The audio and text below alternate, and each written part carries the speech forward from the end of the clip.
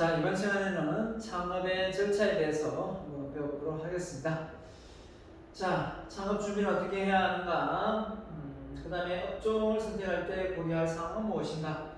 그 다음에 업종을 준비하기 위한 10가지 단계, 10단계는 어떤 것이 있는가? 그 다음에 개인기업의 장단점, 법인기업에 관련되어서 이야기 좀 하고요. 그 다음에 마지막으로 프랜차이즈 장점, 단점 이런 게 나올 겁니다. 그래서 프랜차이즈 창업의 절차 무엇인가? 별반 차이는 없고요.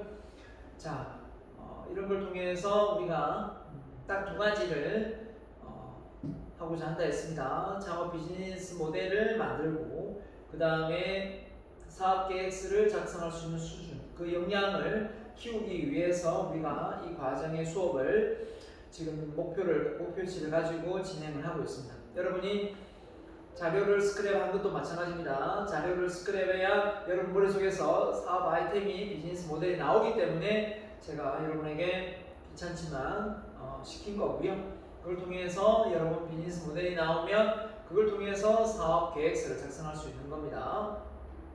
만약에 새로운 비즈니스 모델이 안 나오면 어쩔 수 없이 기존에 있는 사업을 토대로 해서 비즈니스 모델을 사업 계획서를 작성할 수밖에 없는 거고요.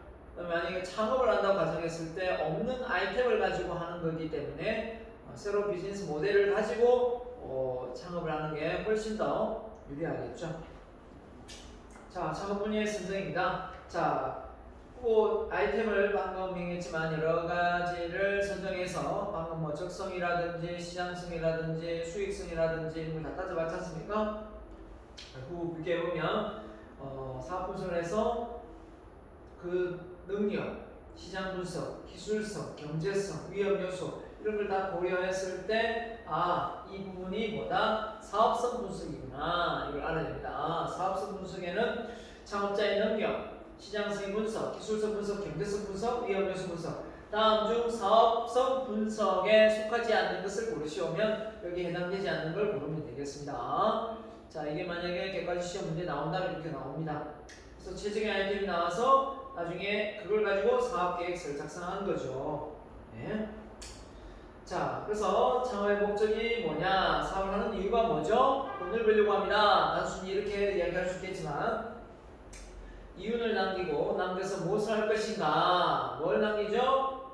자, 이윤을 남겨서 뭐 할 것인가? 이윤을 남겨서 무엇을 할 것인가? 그 이윤으로 결국은 고객에게 가치를 제안하는 겁니다. 맞죠? 내가 이익을 보지만 내가 물론 무엇과 대비 가격을 높게 받았기 때문에 비용 대비 가격을 높게 받았기 때문에 수익성은 발생되겠지만 그걸로서 끝나면 되는 게 아니라 많은 직원들의 일자리 창출과 또 지역사회 발전에 도모할 수 있고 더 나아가서 세금을 많이 내서 국가 경쟁력을 높일 수도 있겠죠. 여러 등등 기타 등등 많은 요소가 있습니다. 그냥 조그만 중소기업 조그만 구멍가게를 하면 이런 생각까지 안 할 수도 있습니다. 입에 풀칠을 할 정도면 되죠 라고 말할 수도 있겠지만 우리는 또 그렇게 말할 수는 없죠.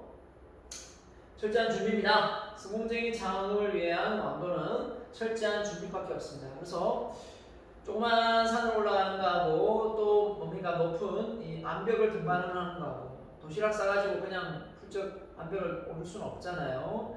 그런 것처럼 이 창업도 마찬가지입니다. 정말 그냥 우리 가족끼리 먹고 살 정도면 벌면 된다라고 생각하는 거하고 큰 비즈니스를 만들어서 정말 많은 일자리를 창출하고 또 지역사회 발전에 도모하고 나는 프랜차이즈를 내서 전 세계에 1000개 정도의 매장을 증설할 것이다 이렇게 생각한다면 처음부터 대충 중국식으로 할 수는 없겠죠.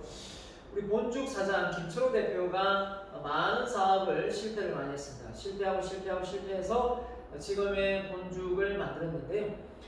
그 사람이 어떻게 보면 그런 많은 실패가 없었다면 지금의 본죽은 없습니다. 그와 마찬가지듯이 모든 것은 철저한 준비 과정 없이는 그 실패가 곧 과정이 되는 경우도 많습니다. 자, 지식과 정보를 축적하여 성실하게 실행한다. 그래서 뭔가 배워야 된다는 거죠.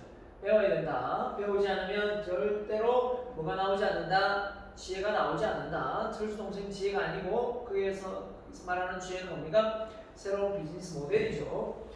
자, 창업 환경과 시대 흐름을 정확하게 읽고 자기 분석을 통해 강점은 극대화하고 약점은 보완을 해야 되겠죠. 그래서 지금 시대가 4차 혁명 시대 아닙니까? 이 4차 혁명 시대에 가장 인공지능 AI, 그 다음에 뭡니까? 3D 프린트, 또 IoT, 사물의 인터넷, 이런 용어들, 이런 개념들, 플랫폼 시장의 활성화, 이런 부분을 우리가 융합하고 또 서로 상호 협업하고 그 다음에 소통하는 이 스킬을 우리가 가지고 가야 되는 부분이고요. 어떻게든 아이템이 새로운 시장을 선점한다 이거죠.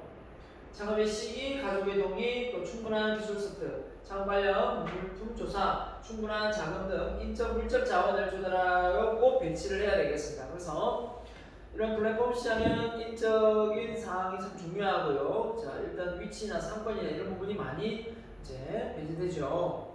온라인으로 하기 때문에. 자, 그래서 소자본 창업이 가능할 수 있는 게 바로 권리금이나 이런 사업물실 임대료가 크게 들어갈 게 없기 때문인 것도 있습니다. 그래서 경쟁업체보다 한 발 앞선 전략. 그러면 당연히 경쟁사 분석을 해야만 이게 가능하겠죠. 그래서 자, 자기만 잘한다는 생각이면 되는 것이 아니라 제품, 서비스, 홍보 등 모든 면에서 경쟁 등포를 좀 압도하고 있어야 되지 않을까라는 겁니다. 그래서 업종별로 경쟁력의 핵심을 보면 제조업은 고품질 제품의 차별화. 그래서 제조업 같은 경우는 말 그대로 제품의 질이 좋아야 고객한테 잘 차별화 전략을 할 수 있을 것이고, 외식업의 경우 일단 맛있어야 되겠죠. 그래서 서비스와 맛 이겁니다. 또 소매업의 경우는 상품의 기술, 서비스의 차별화가 신속하고 빠르게 배달이 돼야 하고, 그죠? 네. 그 다음에 서비스가 월등히 높아야 되겠죠. 기존에 충실한 경영입니다. 먼저 창업을 위한 조건을 갖추고 있는가? 먼저 창업을 위한 조건을 갖추고 있는가? 기술성이나 적합성이나 뭐 자금력이나 이런 걸 다 포함하겠죠. 아이템, 장소, 경영 방침, 사업 계획서 이런 걸 세워봤는가? 전혀 이런 것도 세우지 않고 막무가내로 막 하다 보면 어떻게 되겠지라고 하다 보면 사업이 잘 되는지 안 되는지 이렇게 구분이 안 됩니다. 왜냐하면 사업 계획서가 있어야 어떤 기준점이 딱 설정되는데 그게 없다 보면 어떻게 됩니까? 잘 되는 문제, 안 되는 문제, 그죠? 언제 망할지 모르는 불안 속에 살 수밖에 없는 겁니다. 자, 그래서 사업계획서는 작성을 반드시 해봐야 됩니다. 그래서 손익분기점을 한번 내보고 내가 들어간 비용이 얼마인데 이 비용을 해소하는 기간이 어느 정도 걸리겠는가? 그리고 하루 매출을 몇 번 해보면 아, 내가 순이익이 이 정도 남는데 이걸 만약에 미래 가치로 돌렸을 때 아하, 이걸 한 몇 개월 또 몇 년 되면 내가 이 순이익을 넘어설 수 있겠구나. 네? 네, 그죠? 그래서 그때부터는 순이익이 발생될 수 있겠구나라는 겁니다. 자금 조달과 용도에 대하여 구체적으로 계획을 세우는가, 그죠? 무턱대고 돈을 많이 모은다고 해서 되는 게 아니라 대출을 받는다고 해서 되는 게 아니라 쓸모가 정확하게 어떻게 쓰여질지를 알고 대출을 해야 되겠죠. 그렇지 않고 막무가내로 많이 하면 이자 비용이 무신장 나가고요. 너무 또 땀밖에 하려고 하다 보면 또다시 어려움을 겪을 수 있으니까 1.5배 정도가 적당하다 이런 말을 합니다. 자, 창업 선정, 창업 분야 이게 참 어렵습니다. 이게 가장 이제 중요한 부분이라 생각해. 돈을 떠나서 이 아이템을 잘 찾아내느냐, 못 찾아내느냐 이게 사업은 판가름 난다고 봅니다. 창업에 가장 중요한 문제 해결해야 할 문제죠. 업종 선정, 사업의 성패를 좌우한다. 맞죠? 과거에 자신이 위치한 경험, 처음부터 시작하게 한다는 자세로 갖추고 막연한 무상이나 충동 때문에 행동해서는 안 되며 실패하지 않기 위한 선을 준비해야 된다. 그래서 옆에서 장사가 된다 하더라. 그럼 나도 한번 해볼까? 이렇게 생각해서는 절대 사업이 안 된다는 겁니다. 맞죠? 그래서 우리가 보면 자 보세요. 뭐 주식이 됐든 뭐 부동산이 됐든 옆에서 뭐 동네 아주머니들의 치맛바람이 일어나면 이미 꼭지점이다 이런 말을 하지 않습니까? 똑같습니다. 창업도. 그죠? 울산대 앞에 쪽갈비집이 있었는데요. 쪽갈비 지금 별로 없을 겁니다 아마. 정말 너도 나도 전부 쪽갈비 하면서 쪽갈비가 갑자기 한 6대 앞에 한 15개 정도 생겼어요. 다 같이 한 번에 쫄딱 망했습니다. 그렇게 할 필요가 없죠. 그래서 먼저 하고 선점하고 한 2, 3년 하고 빨리 손 틀고 나온 사람이 돈 다 벌었어요. 그걸 마지막에 잡은 사람, 또 이렇게 성장의 성수기, 세택이 접어들 때 그 매장을 인수받은 사람은 정말 그 이름도 못 찾고 쫄딱 망했습니다. 자, 그럼 똑같습니다. 뭔가 유행을 할 때는 그 바람이 있습니다. 그죠? 월남 쌈밥, 그죠? 월남 쌈밥 하면 쌈 싸먹는 거 이거 엄청나게 또 많이 생기거든요. 지금 이제 사람들도 안 가지 않습니까? 예. 별 호기심도 없고 다 알기 때문에. 그죠? 예, 안 가거든요. 그래서 뷔페가 성행한다, 뭐 쌈밥에 성행한다, 오리고기가 성행한다, 그죠? 이제 뭐 국수도 프랜차이즈, 국수도 프랜차이즈하고 상당히 뭐 김밥은 프랜차이즈 오래됐고, 그죠? 이제는 뭐가 프랜차이즈하면 되겠습니까? 이제는 돈가스도 함버거 스테이크도 무한 리필 나오네요. 예, 그 다음에 그런 걸로 보고 아직 가보진 않았는데 요 앞에 있는데요. 중요한 거는 네, 저는 돈가스를 먹어도 하나 먹으면 그죠? 쭉 가는데 거기서 뭐 7,000원, 8,000원 내고 뭐 더 많이 먹을 수 있을지 모르겠는데 한번 가보면 좋겠죠. 근데 코로나 때문에 지금 못 가고 있는데요. 손님은 많더라고요. 일단은 그 집은 쪽박은 아니다, 대박은 아니다 아직. 왜냐하면 코로나 때문에 많이 못 가고 있으니까. 그죠? 라면 전문점도 아마 있는, 떡볶이 전문점도 아마 있는 걸로 알고 있고요. 자기가 셀프로 요리해 먹는 것도 있는 것도 알고 있고, 어떤 게 융합이어서 만약에 치킨과 호프가 술과 호프, 맥주와 융합되어서 호프집이 만들어지듯이 꼬치하고 또 이 뭡니까 양주 양꼬치하고 이렇게 해서 또 술집이 만들어지듯이 어떤 거는 이렇게 융합되어서 만들어지는 경우가 많습니다. 궁합이 전혀 맞지 않은데 궁합을 맞추는 경우가 많이 있어요. 그죠?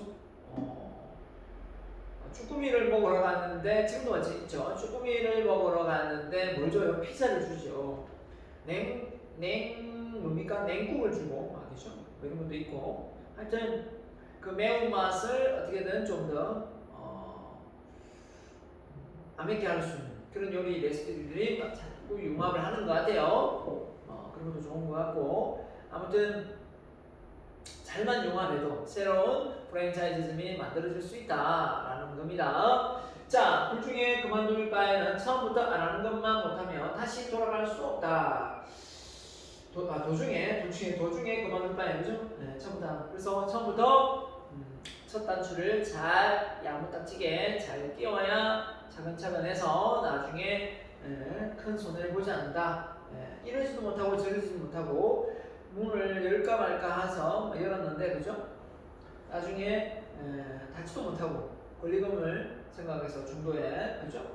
못 받을까봐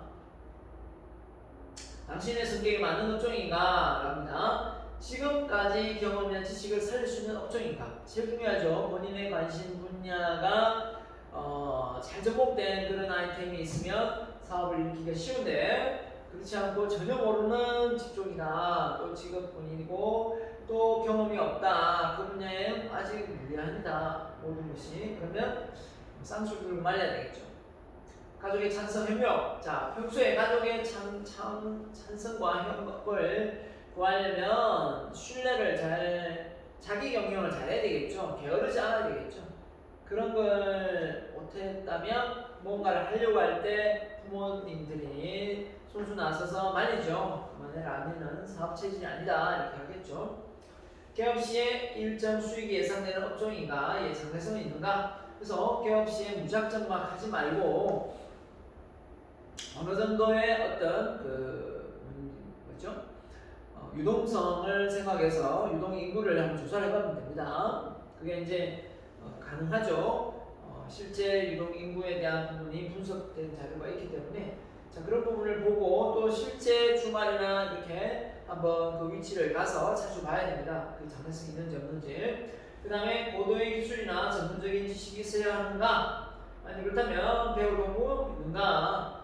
요즘 유튜브가 참 잘 되어 있어가지고요. 잘 되어 있어가지고 돈을 어느 정도 지불하면 사이트에서 공부를 할 수 있는 부분이 많습니다. 경험이 없는 사람이 기억하기에 위험한 업종은 아닌가. 이게 이제 호불호 갈리는데 너무 쉬워도 문제 또 뭡니까? 어려워도 문제죠. 내가 들어갈 때는 어렵지만 다른 사람이 들어올 때는 어려워야 되고 내가 들어갈 때 쉬워야 되겠죠. 아무튼 본인이 괜찮아져야 되겠죠. 면허 허가 등록 신고 이거 필요합니다. 좀 아닌가? 법적 규제가 없는가? 이런 걸 좀 따져보고 어떻게 됩니까? 계약을 해야 되는데 이런 거 안 따져보고 나중에 사업을 일으키려 하다가 허가를 안 내서 사업을 못합니다. 이라고 했더니 뭡니까 주인이 임대인이 그렇습니까? 그러면 계약 취소합시다. 권리금 돌려줄게요. 이렇게 계약금 돌려주겠습니다. 이렇게 잘 할 것 같죠? 자, 안 해줍니다. 그렇기 때문에 미리 잘 알아보고 계약금을 걸고 권리금을 걸고 해야 되겠습니다. 어느 정도의 자금이 있어야 하는가, 업종인가, 자금 조달은 가능한가? 입니다. 그래서 권리금이라는 거는 사실 눈에 보이지 않는 거지만 보증금하고는 또 다릅니다. 보증금은 반드시 받을 수 있는 거지만 권리금은 그 주인 임대인하고 관련이 있는 게 아니라 그 기존에 하고 있던 운영을 하고 있던 사람하고의 관계이기 때문에 만약에 처음에 아무도 장사를 안 했다. 그럼 처음 들어가서 본인이 장사를 하다가 이제 다른 사람들 인수인계할 때 보증금은 주인한테 분명히 돌려줘야 되니까 보증금은 그대로 할 것이고 권리금 같은 경우는 자기가 장사를 했기 때문에 인테리어 비용이라든 그 자리 위치에 따라 권리금이 달라지거든요. 그래서 권리금을 만약 1억을 받았다 그러면 다음 사람한테 1억을 받았으면 결국 들고 이제 인수인계 받았던 그 사람은 1억을 받았으면 다음에 1억을 또 받고 싶어 하겠죠. 하지만 그렇지 못하는 경우가 많습니다. 왜냐하면 그 인테리어는 계속 강화되죠. 네, 강화되기 때문에 노후화되기 때문에 1억이 8천만 되고 6천만 되고 5천만 될 수도 있는 겁니다. 그러나 위치가 좋다면 또 달라질 수 있죠. 위치가 좋고 농인구가 많아지고 또 상권이 좋아져 있다면 갑자기 주변에 많은 아파트가 들어서고 막 밀집되어 있다면 꼭 이곳을 지나가야만 그 위치 외부로 나갈 수 있는 그런 위치라면 또다시 권리금이 올라갈 수도 있겠죠. 그럼 본인은 1억을 줬는데 1억 5천을 부를 수도 있고 2억을 부를 수도 있죠. 그런 겁니다. 올 때 앞에 권리금이 엄청 높아져 있는데 지금은 어떻습니까? 지금은 코로나로 인해서 울산대 학생들이 수업을 거의 비대면으로 하기 때문에 학생이 별로 없습니다. 지금 올 때 앞은 초상집이에요. 맞죠? 완전 초상집입니다. 자, 이런 상황에서 그 주변에 있던 많은 상가 건물들 지금은 그냥 팔려고 하면 거의 줄 수 있는 수준까지는 아니더라도 좀 저렴하게 살 수가 있습니다. 그죠? 자, 그런데 중요한 거는 이게 어떻게 될지 안 될지 모르기 때문에 예측이 불가능하기 때문에 모험을 걸어야 되는 건데 또 만약에 좀 재치 있고 능력이 있다면 그죠? 언젠가는 코로나는 종식된다. 이럴 때 내가 올 때 앞에 상가를 한번 사겠다 하면 좀 그 기존에 있는 그죠?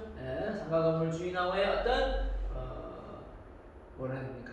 절충해서 단가를 낮춰서 좀 싸게 저렴하게 구매할 수 있는 기회도 지금의 시기가 아닐까라는 생각이 좀 드네요. 아무튼 빨리 코로나가 사라졌으면 좋겠습니다.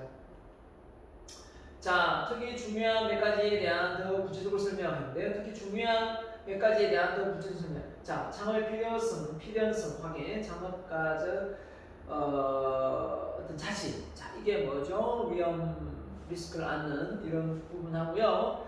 그 다음에 이제 창업에 대한 목적성, 이게 좀 뚜렷해야 됩니다. 목적성이 자기의 어떤 순수한 어떤 이익, 경제적 이익뿐만 아니라 내가 어떤 가지고 있는 자질과 능력으로서 또 많은 사람들에게 혜택이 돌아갈 수 있는 이런 마인드가 좀 더 창업가적인 마인드거든요.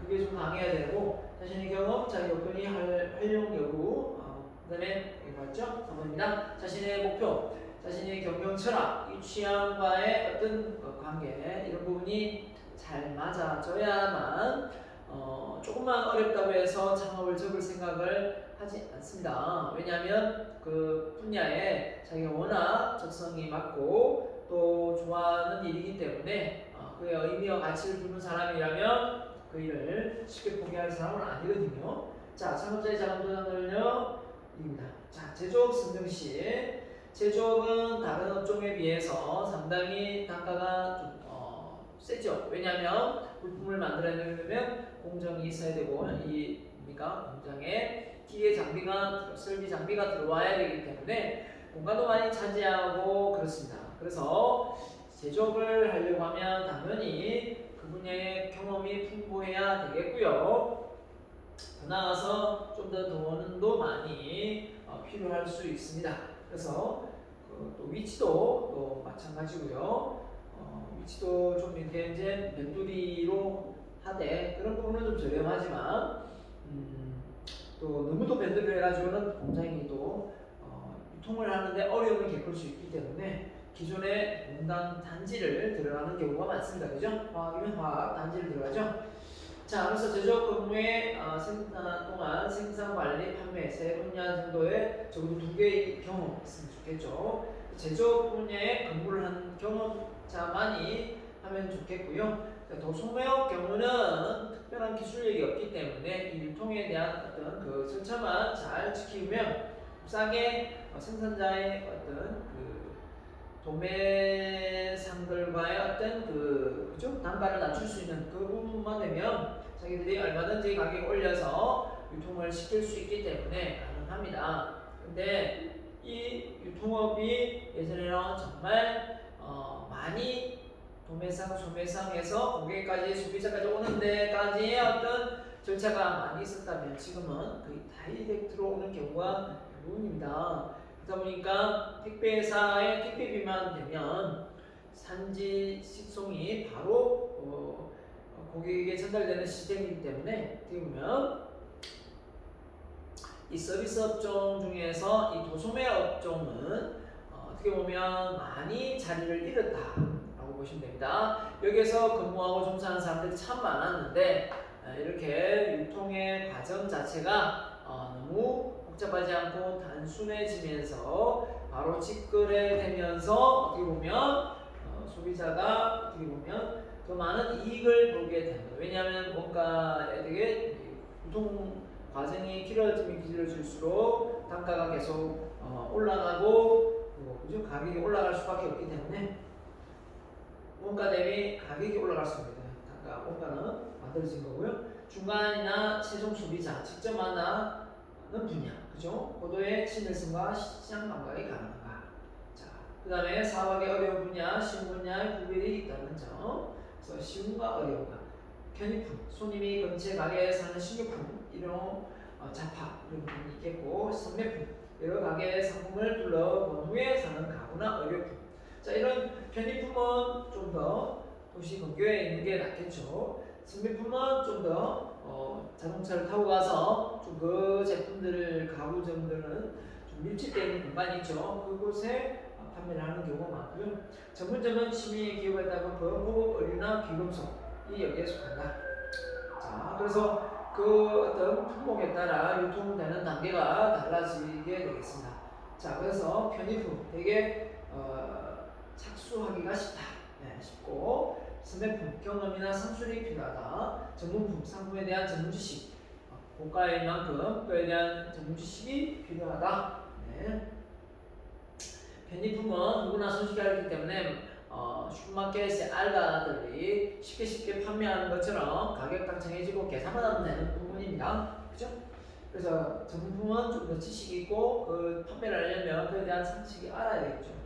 자, 서비스 선정시 고려사항. 자, 창업자의 능력 자체가 사업 핵심 요소가 되는 경우가 대부분입니다. 적성과 자질이 필요하고 사업 분야에 대한 전체 흐름이 있어야 된다고 합니다. 자, 그래서 사업 분야의 기타 고려사항, 인기 상품이라고 해서 쉽게 덤비지 않아야 된다. 그 다음에 신문 광고에서 자주 볼 수 있는 고수익 이런 보통 이제 신문 요즘보다는 인터넷, 페이스북에서 많이 나옵니다. 고수익 이런 얘기 많이 나옵니다. 아이디어 업종이라고 하고 너무 새로운 업종, 돈 얼마 안 들어간다 이런 얘기 많이 하죠. 새로운 업종이나 업종이나 채 금전되지 않는 업종 이런 거를 좀 피해야 됩니다. 그죠? 네. 넷째, 남의 성공이나 아이디어를 참조하되 그대로 따라해서는 성공하기 힘들다. 그렇습니다. 남들이 이렇게 해서 했구나, 나도 하면 되겠지라고 하는 게 이제 가장 큰 이제 문제가 되는 경우가 많습니다. 그게 본인의 아이디어와 생각이 많이 추가되어서 좀 차별화되면 좀 더 나은데 그렇지 못하고 그 차별성이 전혀 없는 경우입니다. 그래서 제조업, 도소매업, 창업 절차가 쭉 있는데요. 한번 참고해서 읽어보면 되겠습니다. 결국은 뭡니까? 업종 아이템, 사업 검토, 사업 계획서 작성해가 회사 설립 등록하고 주택. 자, 사업 계획서는 5번쯤 있네요. 인허가 알아보고 상권 입지 분석하고 사업성 분석해서 사업 계획 작성하고 전폭해야. 여기는 서비스 특징, 업종 규모, 인허가 알아보고 입지 선정, 사업 검토, 사무실 계약, 이렇게 되어 있는데요. 자, 뭐 크게 차이는 많이 없습니다. 아무튼 여기 중에 가장 쉽게 창업을 할 수 있는 부분은 도소매업이고 좀 더 전문 지식은 서비스업, 더 전문 지식을 가려면 제조업이다 이겁니다. 어려우니까요. 그래서 제조업 같은 경우는 반드시 뭡니까? 경험이 있어야 되고 그 분야의 전문 지식을 필요로 합니다. 그래서 시설, 기계 설비, 공장 확보 비용이 많이 들어가기 때문에 비용이 아무리 적게 잡아도 5억 이상은 들어갈 수밖에 없고요. 아무리 임대한다 하더라도 그죠? 입지 선정, 공장 설립, 승인, 공장 건축 지을 경우입니다. 공장 확보를 하는데 자, 제조업 입지 선정. 자, 용수, 전력, 도로망이 잘 구비된 곳입니다. 노동력 공급, 대기, 수질 오염, 기타 폐기물 처리가 시설이 구비되어서 환경에 크게 영향을 주지 않는 이런 곳에 제조업을 설립을 해야 된다는 겁니다. 그죠? 그래서 입지 확보, 공장 설립에 대한 정책 자금 등 정부 지원 혜택도 검토를 해보면 좋겠고요. 자, 크게 공장 입지를 선정할 때 자유 입지냐 계획 입지냐 나오는데요. 자유 입지는 말 그대로 산이나 논을 깎아서 그냥 바로 건축하는 거고요. 계획 입지는 이미 국가에서 공장 부지로 다 닦아놨습니다. 그리고 전기 다 깔아놨고요. 이런 환경시설 다 주변에 문화시설까지 구비되어 있는 공간이 여기에 계획 입지가 됩니다. 장단점이 있다면 계획 입지는 당연히 땅값이 비싸겠죠. 땅값이 비싸겠고 그 대신 바로바로 이렇게 편리성이 있습니다. 길도 확장이 되어 있을 거고 그러나 자유입지는 땅값은 싼데 중요한 거는 모든 걸 다 전기도 배설을 해야 될 것 같고 또 뭡니까 길도 좀 내야 될 것 같고 허가를 받아서 그래서 상당히 좀 절차는 좀 까다롭습니다. 하지만 비용적인 면에서 따진다면 자유입지는 상당히 메리트가 있는 거고요. 계획적 편의성 면에서 빨리빨리 사업을 추진할 수 있기 때문에 좋습니다.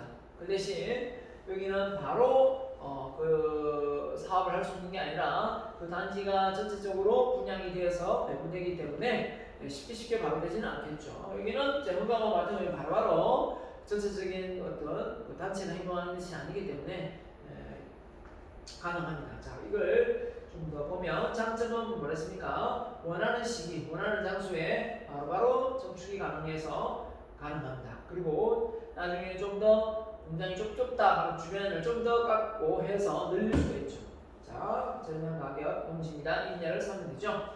단점 뭡니까? 허가 절차가 좀 까탈스럽습니다. 그렇기 때문에 이런 입지 여건에 동력이나 용수, 수송이 취약하는 경우도 있습니다. 그 다음에 교육이나 문화시설 이런 저 산 밑에 있다 보면 이런 취약점이 있고요. 자, 계획입지는 당연히 정부에서 지원해주는 그런 곳이기 때문에 한국 토지공사에서 그 땅을 이렇게 분양하듯이 역시 마찬가지입니다. 시에서 분해서 공장 부지를 사서 닦아서 그 필지로 이렇게 그냥 임대를 합니다. 아니면 도매를 하게 구입을 할 수 있게끔 하고요. 자, 이럴 때는 뭐 영수 동력 이런 걸 모두 다 피니시를 갖추고 있기 때문에 상당히 편리성이 있습니다. 그 다음에 모든 공해 배출 업종에 대한 어떤 입주하는 부분에 대해서 다 시설이 준비가 되어 있습니다. 그러나 선분양 후 입주 적기에 적합한 시기에 바로바로 공장을 지어서 들어갈 수가 없다는 겁니다. 여기서 공단에서 전체적으로 한 번에 이렇게 입주를 하게 하기 때문에 적소에 공장을 건축하기 어렵다. 구획단지이므로 일단 입주하면 향후 사업성 확장할 때 정축이 안 돼요. 왜냐면 다다다다 붙어 있거든요. 그렇기 때문에 옆에 건물을 사지 않는 이상 그 상가 옆쪽에 필지의 사장님이 공장을 내놓겠다 하면 모르겠지만 그럴 가능성은 없죠. 자, 국가지원공단 아트공형 공장은 분양 가격이 대체적으로 비싸다. 옆에 그냥 자유입지는 평당가 뭐 13만원, 5만원짜리 한다면 여기는 기본이 50만원 뭐 이렇게 할 수도 있고 30만원 이상 갈 수 있고 10배 정도 더 비쌀 수도 있다.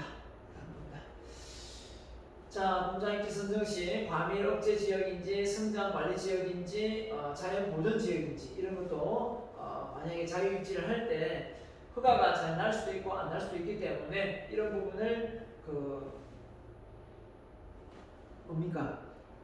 토지관리대장 이런 보수를 떼보면 나와 있겠죠. 그런 걸 떼면 됩니다. 그죠? 자, 성장관리 지역인지 자연보존 지역인지 이런 부분에 대해서 한번 보고 그 시설에 대한 허가 부분이 제한을 두기 때문에 이 부동산 관련 쪽이나 여러분이 만약에 그렇게 될 경우는 이거를 면밀히 토지 이용 계획서를 잘 보면서 해야 되겠죠. 그래서 자유입지가 됐다. 만약 시장이나 군수나 구청장의 설립 허가를 받아야 되는데 이럴 때 여러 공간에 가서 다 인허가를 받으려면 너무 힘들지 않습니까? 이걸 한 번에 절차를 좀 편리성을 준 게 뭐냐면 입주 기준 확인서 발급 제도에서 창업 계획 승인 제도라는 게 있습니다. 그래서 창업자가 개별 공장 입지 선정함에 있어서 각 토지 환경 관리 법령에 저촉한 여부를 일일이 확인하여 불편함과 불확실성을 해소하고자 민원인의 필요성을 도모하는 제도입니다.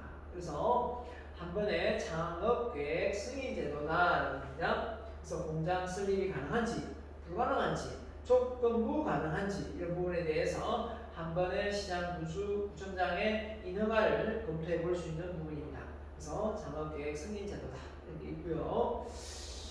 자, 그래서 목적은 뭐냐? 공장의 합리적인 배치 유도, 그죠? 막 주먹구이식으로 막 내주다 보면 어느 곳은 승인이 되는데 어느 곳은 안 되고 막 이런 경우 많죠. 그래서 이왕이면 그 밀집 지역, 그죠? 그 주변으로 승인이 많이 나는 경우가 많습니다. 자, 그래서 수도권의 공장 배치법, 도시 지역의 건축법, 기타 지역의 국토 이용 관리법 이런 확인 승인 절차가 있습니다. 예, 그래서 방금 말한 대로 공장 용지가 면적의 20%, 건축 면적의 20%, 부대 시설의 어떤 면적률에 영향을 받기 때문에 이런 것도 한번 잘 알아보고 해야 되겠습니다. 참고하시면 되겠고요. 그래서 건축허가 행정기관에 15일 참고하면 돼요. 참고 건축 착공 신고, 공사감리, 공사 시공자의 날을 받은 후 제출한다 되겠고요. 자, 이거 참고해서 보십시오. 네, 참고해서 보세요.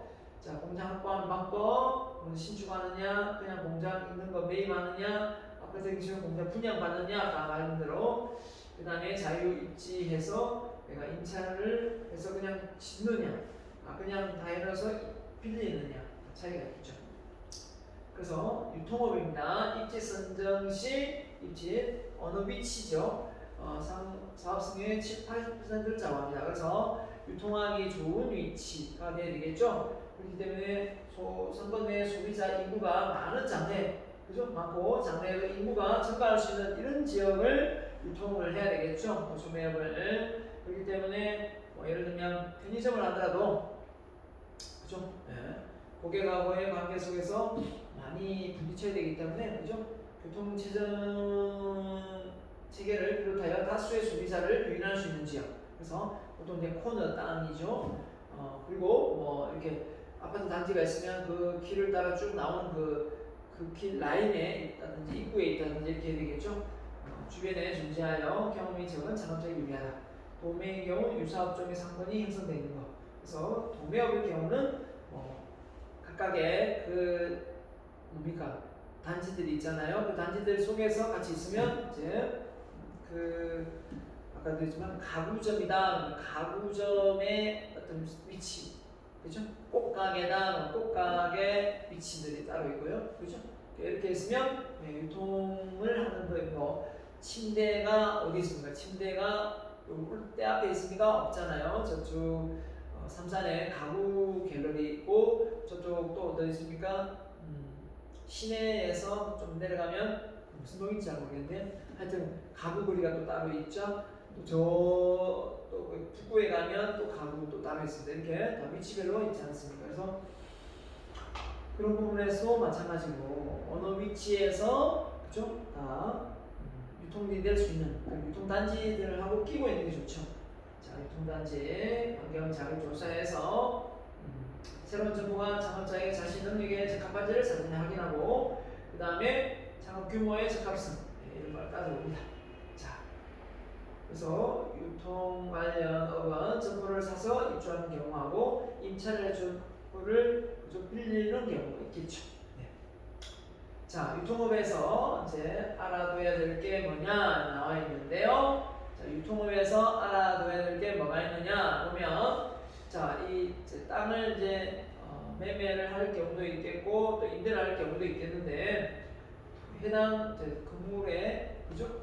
건물에 대한 법적인 주인 체계가 건저당이 있는지 누가 돈을 먼저 앞서 빌렸는지 가등기, 가압류가 되어 있는 경우면 그죠? 이 주인이 이 건물의 주인이 돈을 다 갚지 못해가지고 지금 가압류가 되어 있으면 경매로 넘어가겠죠. 그래서 등기부등본을 발급받아서 이 건물에 대해서 토지에 대해서 문제가 없는지를 확인해야 됩니다. 등기부등본 확인해야 보고 그 다음에 도시계획에 따라 도시계획 확인원, 토지대장, 건축물대장을 발급받아 토지대장 뭐가 있는지 아닌지도 한번 따져봐야 됩니다. 그죠? 도시계획 확인원, 용도가 확인원, 토지대장, 건축물대장을 받아 뭐가 가건물인지 아닌지도 확인해서 건물을 계약을 했는데 나중에 알고 봤더니 그 건물이 가건물이었고 허가를 낸 업종이 아니면 나중에 문제가 될 수 있습니다. 주인이 문제가 아니냐라고 할 수도 있지만 본인한테 피해가 갈 수 있습니다. 나중에 벌금은 주인이 물을 수도 있지만 내가 다시 공장을 없애야 된다면 그럼 또 내가 또 이전을 해야 되잖아요. 그 피해는 또 고스란히 본인한테 묻는 거니까 주인이 더 배상도 안 해주거든요.